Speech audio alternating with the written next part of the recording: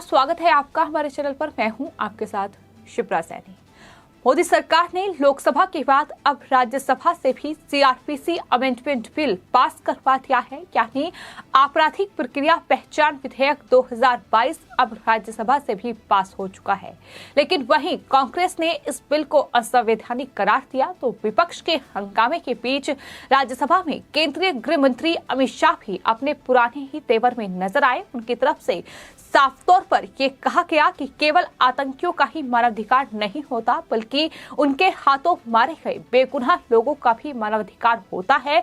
और फिर कभी उनकी बात क्यों नहीं उठाई जाती, ये सवाल भी केंद्रीय गृह मंत्री की ओर से राज्यसभा में किया गया है। आपको बताते हैं, जिस तरीके से ये बिल जो है राज्यसभा में पेश किया गया, उस दौरान विपक्ष का काफी हंगामा राज्यसभा में देखने को मिला।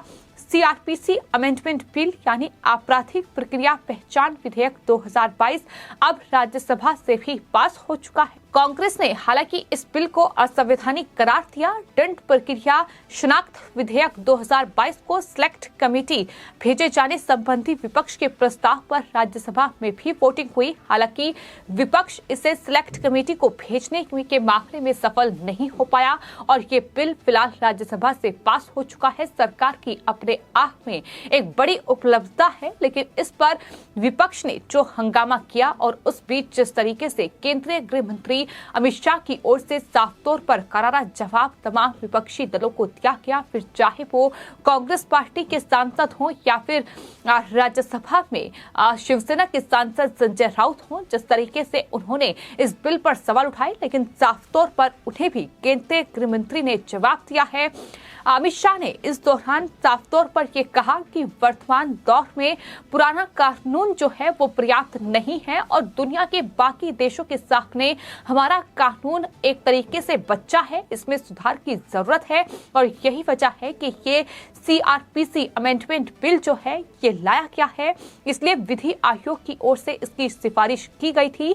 बिल पेश करते हुए केंद्रीय गृह मंत्री ने यह भी साफ तौर पर कहा कि मैं आज इस विधेयक को लेकर आया हूं, जिसे 4 तारीख को लोकसभा में पास करवा दिया गया था। हालांकि क्यों ये बिल लाया गया है, इसकी जानकारी भी केंद्रीय गृह मंत्री अमित शाह की ओर से दी गई। उन्होंने साफ तौर पर राज्यसभा में ये कहा कि हमारा कानून दूसरे देशों की तुलना में सख्ती के मामले में फिलहाल बच्चा है। दक्षिण अफ्रीका, ब्रिटेन, ऑस्ट्रेलिया, कनाडा और अमेरिका जैसे देशों में इससे भी कड़े कानून हैं और यही वजह है कि उनके यहाँ आपराधिक मामलों की सजा की दर बेहतर है। अमित शाह ने साथ ही ये भी कहा कि विधेयक आपराधिक मामलों में पकड़े गए आरोपियों के रेटिना, फुटप्रिंट आदि का रिकॉर्ड बनाने का अधिकार देता है और इस बिल के पास होने के बाद जब भी कहीं कोई घटना होगी तो पुलिस के पास मौजूदा रिकॉर्ड के आधार पर आरोपियों तक पहुंचा जा सकेगा। ये साफ तौर पर केंद्रीय गृह मंत्री की ओर से कहा गया। तो राज्यसभा में ये बिल पेश करते हुए केंद्रीय गृह मंत्री अमित शाह विपक्ष पर जमकर हमलावर नजर आए। उनकी तरफ से साफ तौर पर यह कहा गया कि मैं ये मानता हूं कि जो लोग आतंकी और आपराधिक मामलों में पकड़े जाते हैं उनका मानवाधिकार होता है, लेकिन कभी उन लोगों की बात क्यों नहीं की जाती है जो उन आतंकियों के धमाके में मारे जाते हैं या फिर दिव्यांग हो जाते हैं। क्या उन लोगों का कोई मानवाधिकार नहीं होता? इतना ही नहीं, उनकी तरफ से यह भी कहा गया कि देश में आतंक फैला रहे दहशतगर्दों और अपराधियों पर कानून का शिकंजा कसने के लिए ये बिल लाया गया है। इस बिल का उद्देश्य आरोपियों के खिलाफ कोर्ट में केस साबित करवाने के लिए पुलिस और फोरेंसिक टीमों को वैज्ञानिक सबूत जुटाने के लिए नए अधिकार देता है। इस बिल से नागरिकों की गोपनीयता को कोई खतरा नहीं है, तो फिर आखिर विपक्षी पार्टियां इस बिल का विरोध क्यों कर रही हैं?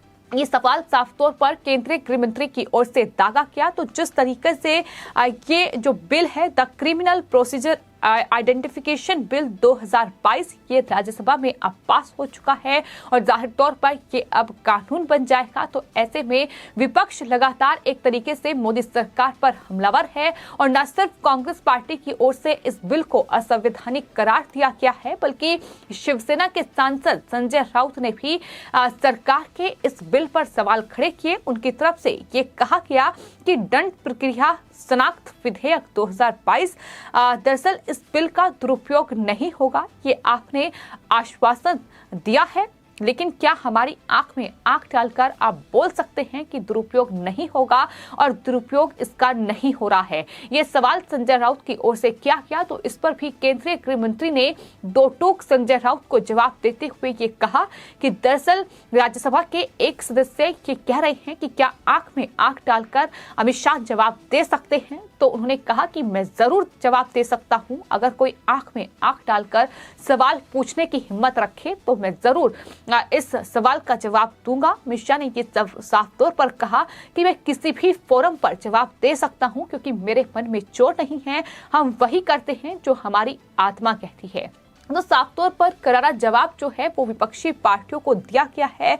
ये बेहद महत्वपूर्ण बिल हम इसे कह सकते हैं, क्योंकि जिस तरीके से भारत का कानून है और कहीं ना कहीं कानून में कमियां भी हैं, तो ऐसे में उसे किस तरीके से बेहतर किया जाए ये मोदी सरकार की प्राथमिकता है। और यही वजह है कि ये जो बिल है ये फिलहाल सीआरपीसी अमेंडमेंट बिल लाया गया है और इसके बारे में जो चर्चा सरकार की ओर से राज्यसभा और लोकसभा में की गई है उसमें साफ तौर पर केंद्रीय गृह मंत्री ने ये कहा है कि सरकार की हर एक मंशा पर शंका नहीं करनी चाहिए।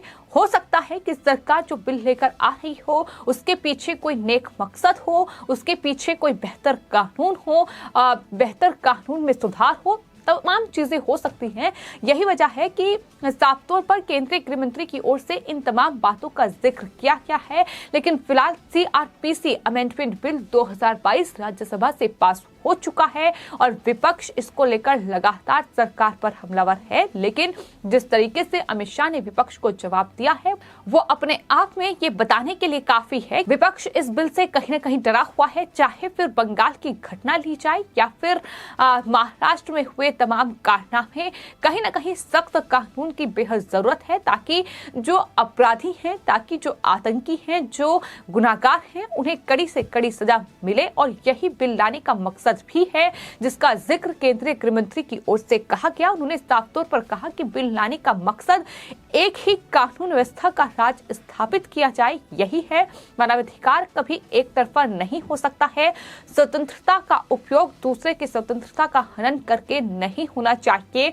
जो लोग कानून के भरोसे अपना जीवन जीना चाहते हैं उसके लिए कानून चाहिए, ये भी उनकी तरफ से कहा गया है। कोई भी सरकार बनती है विधि से स्थापित होती है, सरकार कोई पार्टी नहीं बनाती है, सरकार संविधान से है। सरकार की हर एक मंशा पर शंका नहीं करनी चाहिए, ये केंद्रीय मंत्री की ओर से कहा गया है। उन्होंने ये भी कहा कि केरल में बीजेपी के 100 कार्यकर्ताओं की हत्या हुई है, इसके लिए आखिर जिम्मेदार कौन है?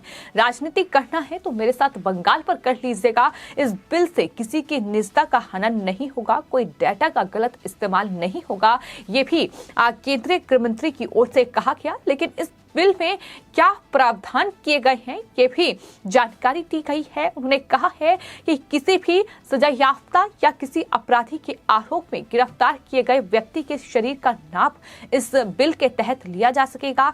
नाक में व्यक्ति का फिंगरप्रिंट, फुटप्रिंट, आंखों का आइरिस का नमूना, उसकी तस्वीर और जैविक सैंपल जैसे खून का नमूना, उसके हस्ताक्षर, ये सब कुछ शामिल होंगे और मजिस्ट्रेट के आदेश के बाद ही ये तमाम नमूने जो हैं वो लिए जा सकेंगे। ये इस बिल में प्रावधान है और किसी भी पुलिस स्टेशन का थाना अध्यक्ष या हेड कांस्टेबल या जेल के हेड वार्डर के ऊपर रैंक का पुलिस अफसर ये नमूना ले सकेगा। ये तमाम जानकारी केंद्रीय गृह मंत्री की ओर से दी गई है कि आखिर इस बिल में क्या प्रावधान किए गए हैं, आखिर ऐसा इस बिल में क्या है कि विपक्ष को परेशान कर रहा है। उन्होंने कहा है कि नमूने से हासिल हुए आंकड़ों या डेटा को सुरक्षित रखने की जिम्मेदारी राष्ट्रीय क्राइम रिकॉर्ड ब्यूरो की होगी। 75 सालों तक इन आंकड़ों को सुरक्षित रखा जा सकेगा, जिसके बाद इसे खत्म कर दिया जाएगा। हालांकि सजा पूरी होने या कोर्ट से बरी होने की स्थिति में डाटा को पहले भी खत्म किया जा सकेगा। ये नया बिल 1920 के आइडेंटिफिकेशन ऑफ प्रिजनर एक्ट को खत्म कर नया कानून बनाने के लिए पास करवाया गया है। ये पूरी तमाम जानकारी जो है वो केंद्रीय गृह मंत्री अमित शाह की ओर से इस पूरे बिल को लेकर दी गई है और राज्यसभा में बतौर ये जानकारी दी है। और साफ तौर पर हमने देखा है कि किस तरीके से विपक्ष लगातार इस बिल को लेकर हमलावर नजर आया, लेकिन साफ तौर पर सरकार की ओर से ये कहा गया कि सरकार की हर एक मंशा पर शंका करना ठीक नहीं है। जिस तरीके से विपक्ष हर एक बिल पर बवाल काटता है, ये ठीक नहीं है। हमने देखा कि फिर चाहे वो यूसीसी हो या फिर अब जिस तरीके से लड़कियों की शादी की उम्र बढ़ाकर 21 साल कर दी गई है, वो बिल जब केंद्र सरकार लेकर आई, इसके अलावा तमाम बिल पर जिस तरीके से विपक्ष हंगामा करता है, सरकार पर दोष डालता है, लेकिन इस बीच केंद्रीय गृह मंत्री की ओर से दो टूक जवाब साफ तौर पर जो है विपक्ष को दिया गया है। फिलहाल आपकी इस पूरे मामले पर क्या राय है, हमें कॉमेंट बॉक्स में जरूर लिखें और चैनल को सब्सक्राइब करें। धन्यवाद।